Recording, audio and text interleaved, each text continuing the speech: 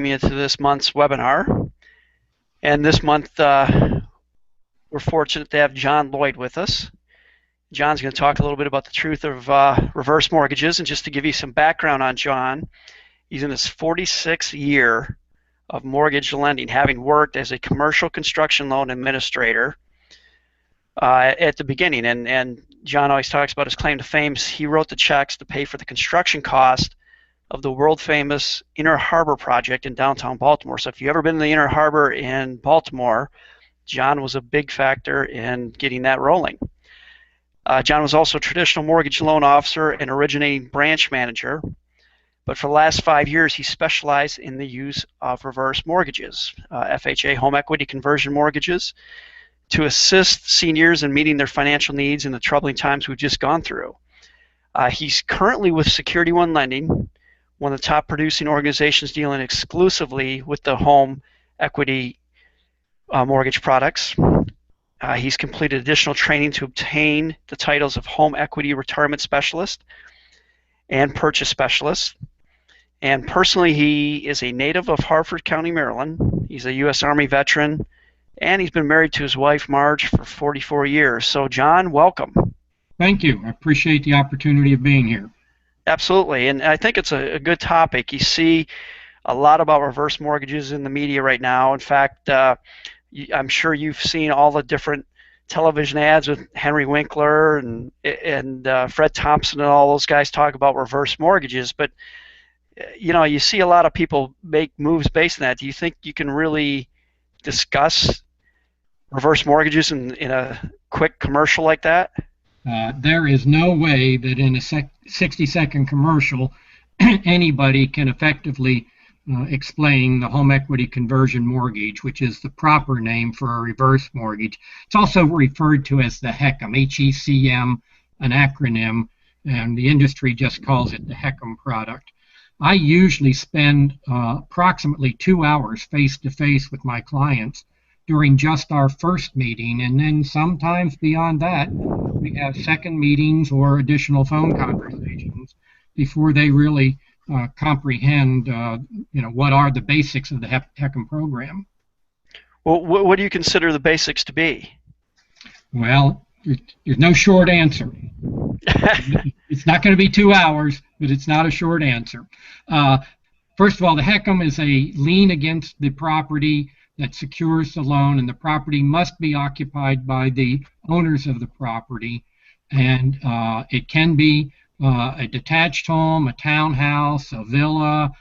It can be a condominium in any legal configuration that's approved by FHA. All borrowers on title to the property must be a minimum of 62 years old. And then in this transaction, the interest earned on the loan for the dollars that are lent, plus the cost of the FHA mortgage insurance, more on that later, are added to the loan balance monthly. And that means that the balance on this loan, unlike a traditional loan where payments make the balance go down, in this transaction, the mortgage balance actually goes up on a monthly basis. Now, that may seem obvious, but there's an amazing number of people that think this is really free money, and that somewhat goes back to the TV advertising, and that they only have to repay the actual dollars borrowed, and that's not a correct assumption. Okay. There are conditions on the loan, as with any mortgage, that can create a default on the loan. Namely that the borrowers must continue to reside in the property as their primary residence. Doesn't mean they have to live there 365 days a year, but it does have to be their primary residence, and we do check on that by sending letters twice a year just to say, hey, are you there? They must pay their own real estate taxes, homeowners insurance, and any community fees. This loan currently does not have any form of an escrow account for the lender to be paying taxes and insurance as is in a traditional mortgage. So that is something that the borrower does have to take care of themselves. They also have to continue to do general maintenance on the property, and the dying is actually a condition of default in this transaction if it happens to be the second party on the loan, because when no borrower is actively living in the property, that's a trigger of the loan being ready for coming to its end. That trigger does not necessarily mean foreclosure, but it could mean foreclosure. Under normal circumstances, it just means that the house is sold, or that through the estate, using some other source of funds, the loan is paid off. Now, the amount of loan that the person is eligible for is a calculation based on the age of the younger borrower and on the interest rate of the particular program they've chosen and the appraised value of the property. And in today's market, for the minimum entry age of 62, that really works out to about a 50% of appraised value loan opportunity. The next step in the process after I meet with them and have this initial consultation is, before an application can officially be started, all borrowers must participate in what is referred to as third-party counseling.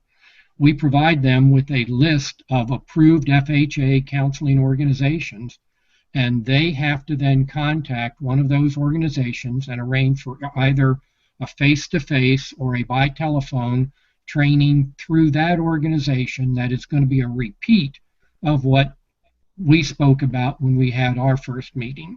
And the whole purpose of that is it is one of three safety nets in this transaction created by FHA to make the transaction as comfortable as possible for the borrowers. Remember, we're dealing with a protected class of borrowers here, age 62 and older, being referred to as senior. A lot of people don't like that title, so we may not use it. Nonetheless, they're in that class, and therefore these rules are established to help them protect themselves from unscrupulous activity and yet still accomplish something that may be very beneficial for them.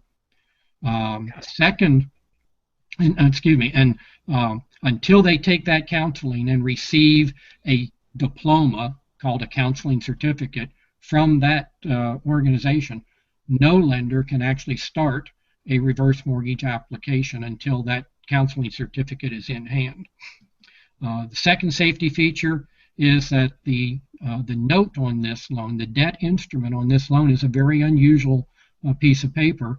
It's called no recourse, and that means that the people signing this loan are more or less acting as a power of attorney for their own home, because they as individuals are not responsible for the payment. If they die or if they sell voluntarily, and it happens that because of how the money has changed hands, how much they've used, how long they've used it for, and what market conditions are 5, 10, 15, 20 years down the road, if this loan is underwater, they have the ability to turn the house over to the lender rather than coming cash out of pocket to make any payment on the loan. And in that situation, the property would be sold and proceeds would be applied against the debt, and then any shortfall would then be paid by the FHA mortgage insurance that I referred to earlier. And it is that FHA insurance that really makes this transaction work, because that's the protection to both the estate, to the borrower, and to the lender, that everybody's going to be made whole in this transaction except for the FHA insurance fund. And the borrower doesn't have to worry about taking cash out of pocket, nor does his estate have to worry about that. The third safety feature is that FHA has created all of the documentation on this loan and all the guidelines. They are written by FHA. They are not written by the independent lenders. And so everybody can be confident that many, many different people have looked at this transaction, drafted proper legal documentation, and are creating a loan that has survivability, even to the point that if the lender that originally made the loan happened to fail monetarily and file bankruptcy or whatever, that would have no impact on the loan. FHA would step in, and either FHA itself would run the loan, or they would appoint another lender to run the loan for the borrower. So the loan, it's protected by the value of the house, but if the value of the house doesn't cover it, then the FHA mortgage insurance takes over. The borrower is still in control of the house. No title has changed hands. If they choose to sell this house because they want to move back with family or just buy another home, they're welcome to do that. They just go through the steps that would normally be taken to notify the lender, make the arrangements to use proceeds of the sale to pay the debt off, and then if there's a shortfall, then the lender would file the claim with FHA. Okay. And, going through that, you explained it really well. I mean, do you kind of see this as, the HECM could be a potential use for every homeowner that's at least 62? Well, was the Yugo really the car for everybody?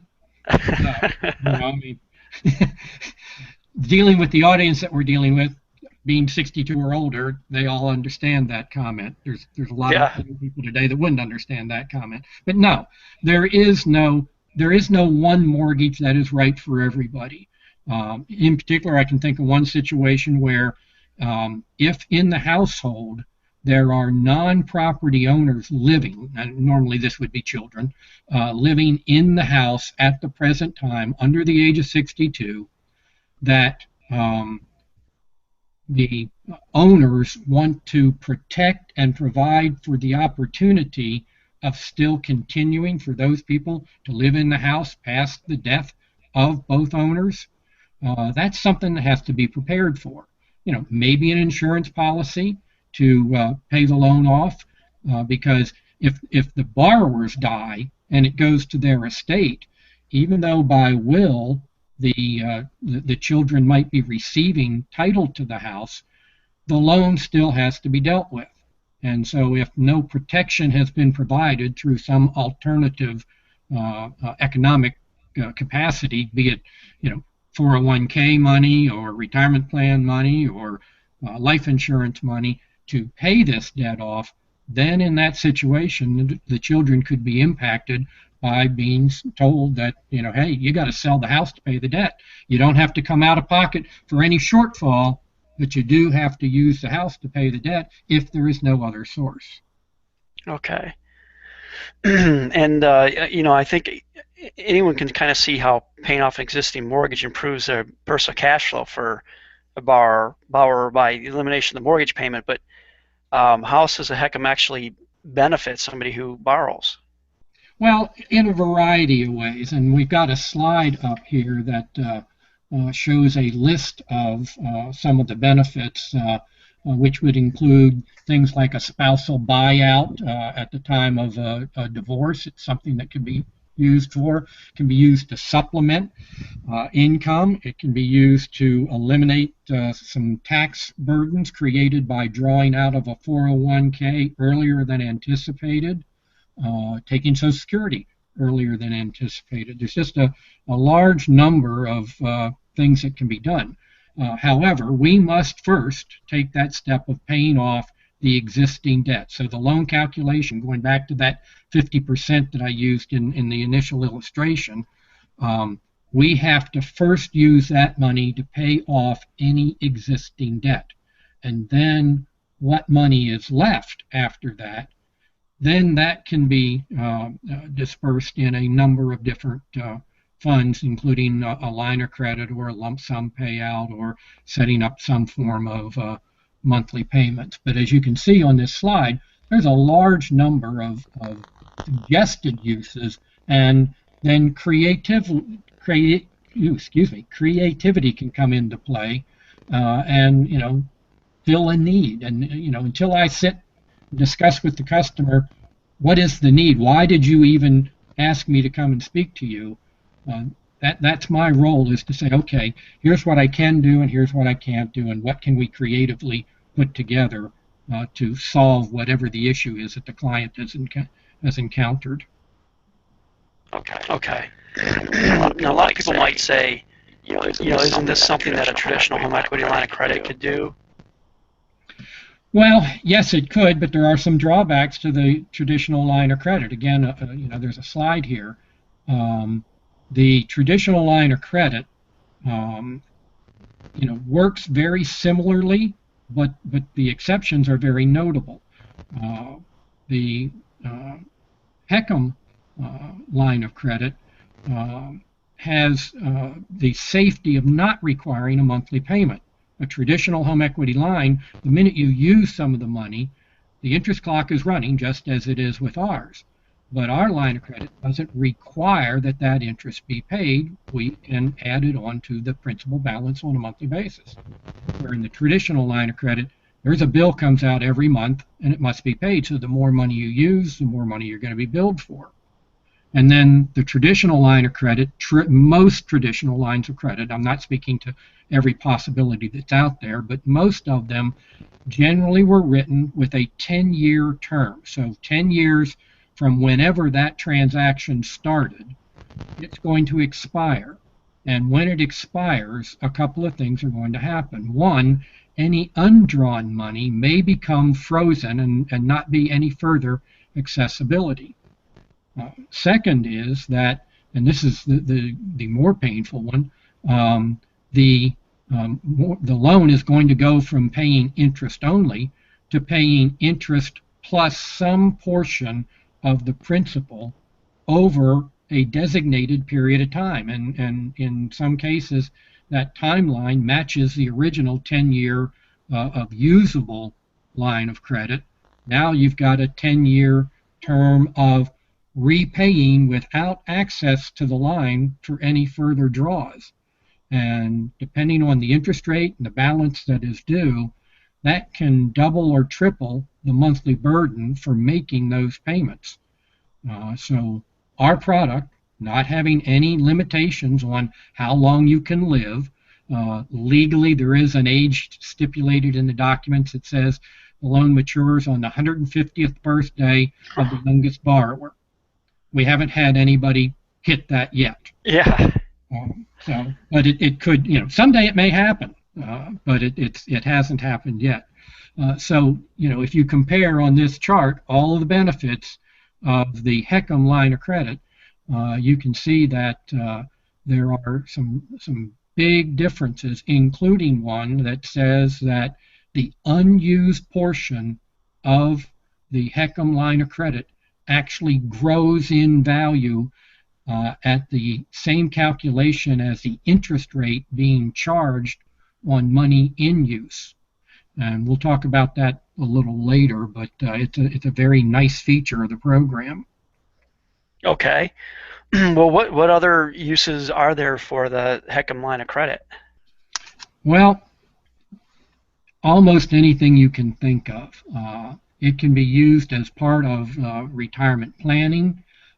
It can be used to shelter against having to draw Social Security early, and you draw from the line rather than drawing down Social Security age 62. Wait until full eligibility, or even until age 70, or whatever you want to do. It can be used to offset medical expenses. A variety of things. If we go back to the start of our conversation dealing with television ads, everybody can probably think of an ad that either shows blue dots on a wall or yellow ribbons being pulled out of the center of a circle. All of those are illustrations of the fact that retirement plans, which have been subject to some pretty nasty devaluations over the last couple of years, may not have enough money to last as long as the life of the borrower is going to last. And that's where I see the best use of the line of credit version of this, because that growing feature of the line of credit, even if somebody took it and didn't use it, remember, we only earn interest on the part that we've actually lent.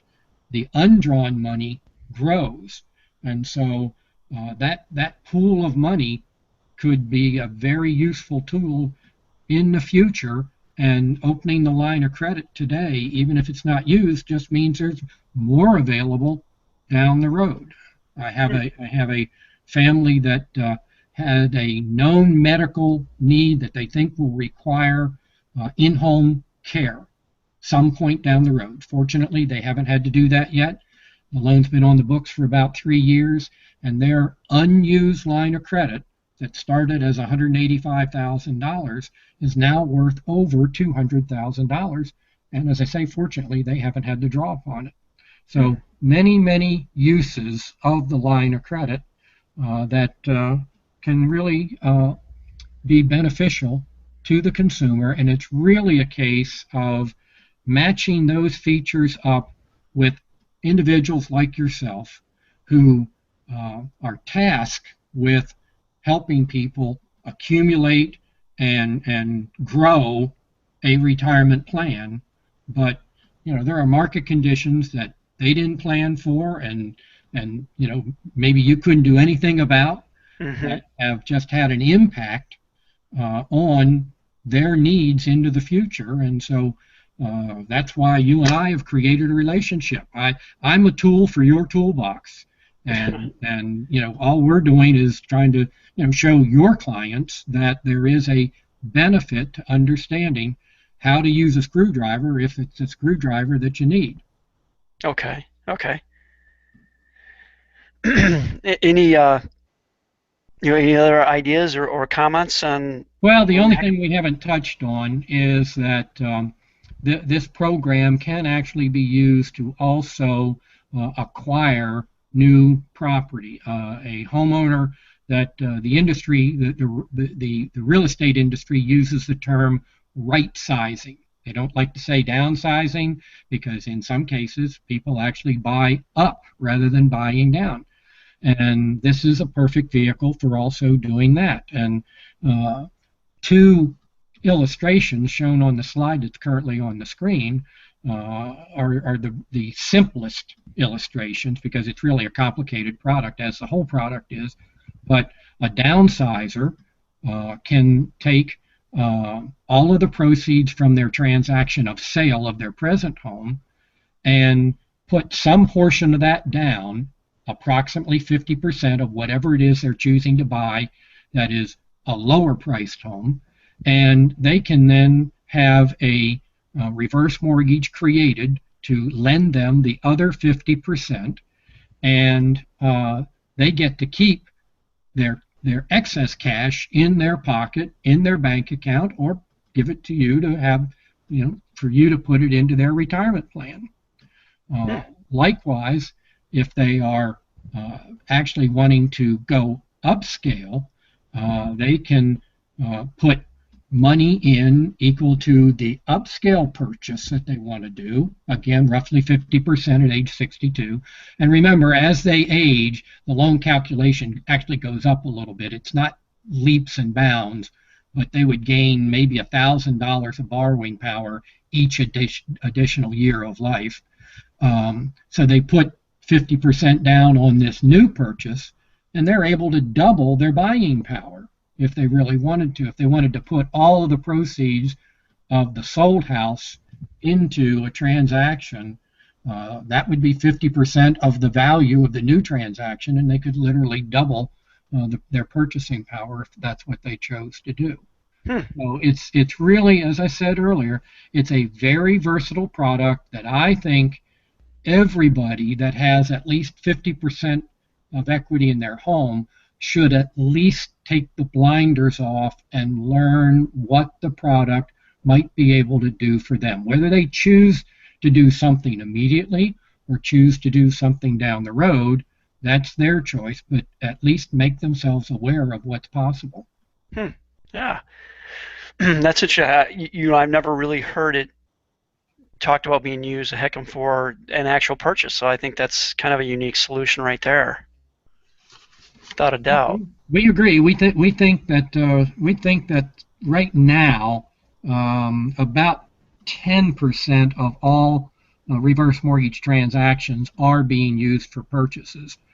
But we think that's a very growing opportunity, just as we believe that that getting financial planning involved in reverse mortgage coordination is another big growth area for the industry, because up until now, most of the TV ads you've seen and the most of the loans that have been done have been what the industry would refer to as rescue transactions, where the only thing we're really able to do is stop the necessity of making a mortgage payment, and there's no money left because that particular group of borrowers just had enough equity for us to be able to do that for them.